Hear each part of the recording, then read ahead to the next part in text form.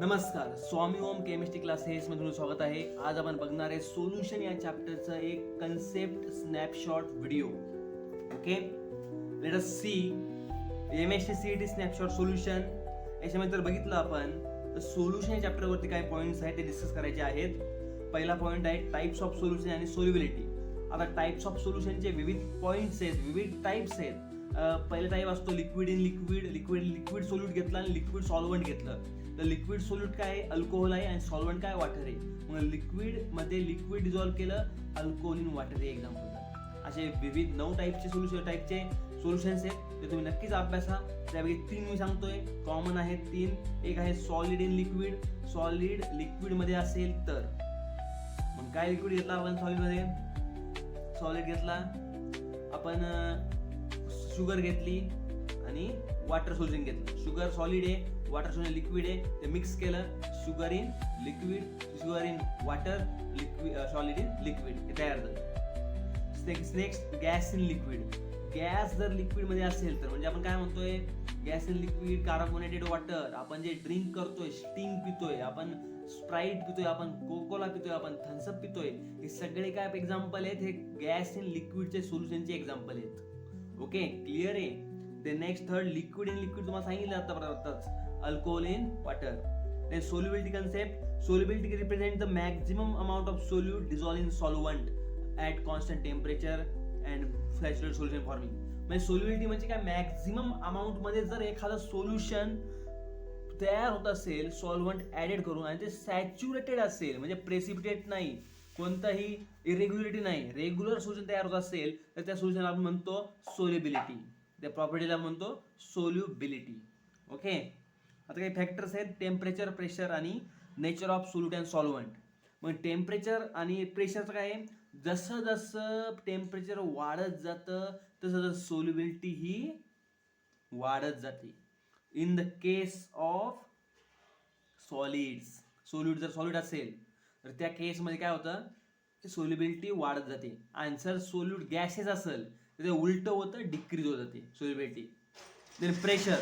Pressure affects gas solubility following Henry's law. Henry's law जो आहे तो फॉलो करतो. कोण फॉलो करतं, प्रेशर फॉर्म करतं.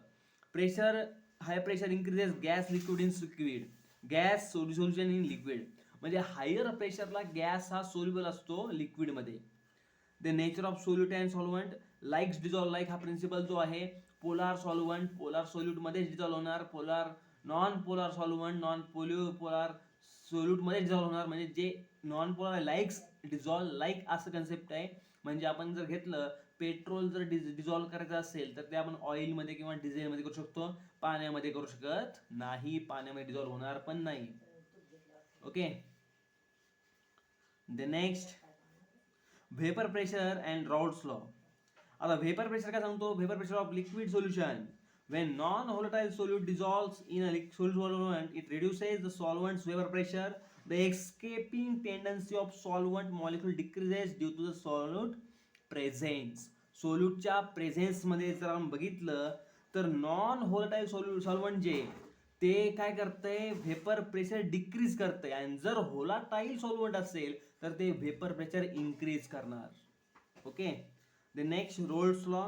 रोल्स लॉ जर बघितलं आपण, त्यात काय रोल्स लॉ मध्ये एक स्टेटमेंट आहे रोल्स लॉचं, partial vapour pressure of a solution compound equal to the product of the pure vapour pressure into the mole fraction of the solution.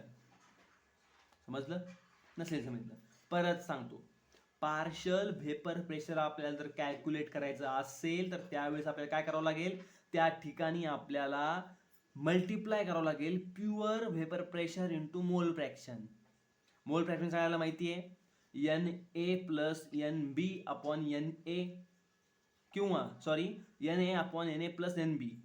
आणि तो कधी पण 0 ते 1 पर्यंत असतो, 1च्या पुढे नसतो. The next ideal solution.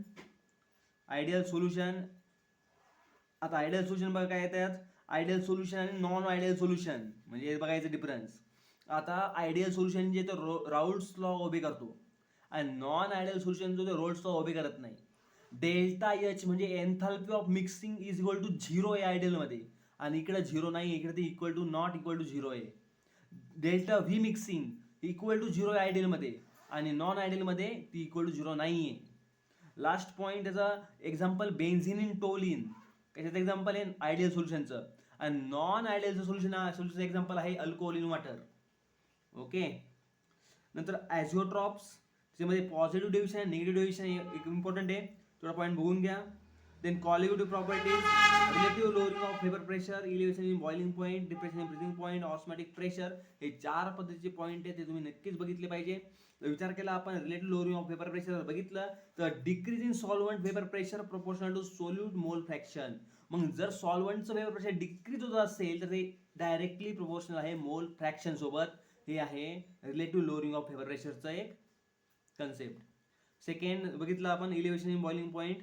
जर इलिव्हेशन इन बॉइलिंग पॉईंट आहे मग त्यात काय असेल, नॉन व्हॉलेटाईल सोल्यूटचे, नॉन व्हॉलेटाईल सोल्यूट ते काय होतंय त्या ठिकाणी बॉइलिंग पॉईंट इन्क्रीज करतंय in the presence of non व्हॉलेटाईल.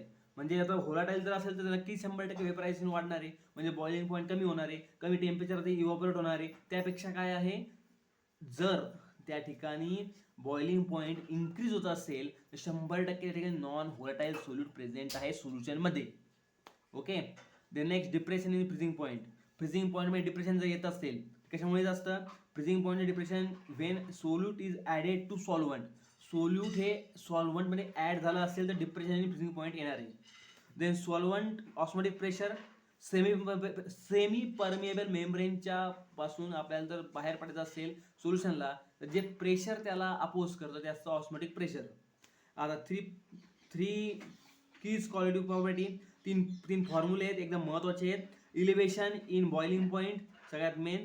Elevation in boiling point काय आहे माहिती आहे तुम्हाला, elevation in boiling point that is delta TB is equal to KB into M.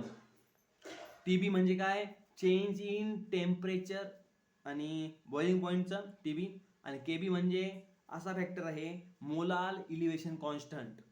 तेच जर आपण डिप्रेशन फ्रीजिंग पॉईंट बघितलं, delta T F is equal to K F into M.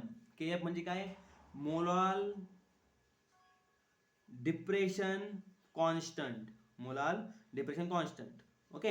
आणि इकडे relative lowering of vapour pressure जर असेल तर PA minus PB upon PA is equal to XB.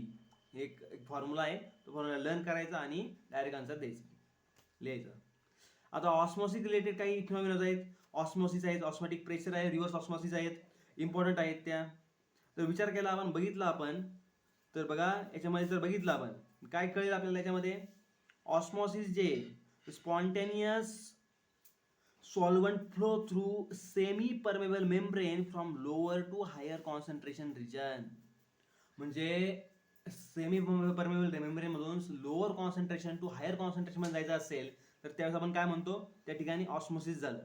आता ऑस्मोटिक प्रोसेस काय आहे, pi is equal to CRT. C म्हणजे काय आहे त्या ठिकाणी कॉन्सन्ट्रेशन आहे, आर म्हणजे काय रेट आपलं गॅस कॉन्स्टंट, टी म्हणजे टेम्परेचर, पाय म्हणजे osmotic pressure. Then reverse osmosis ते जर बघितलं तर applying pressure greater than osmotic pressure, म्हणजे ऑस्मोटिक प्रेशरपेक्षा जर जास्त प्रेशर असेल दॅट इज त्यावेळेस रिव्हर्स ऑस्मोसिस होतं.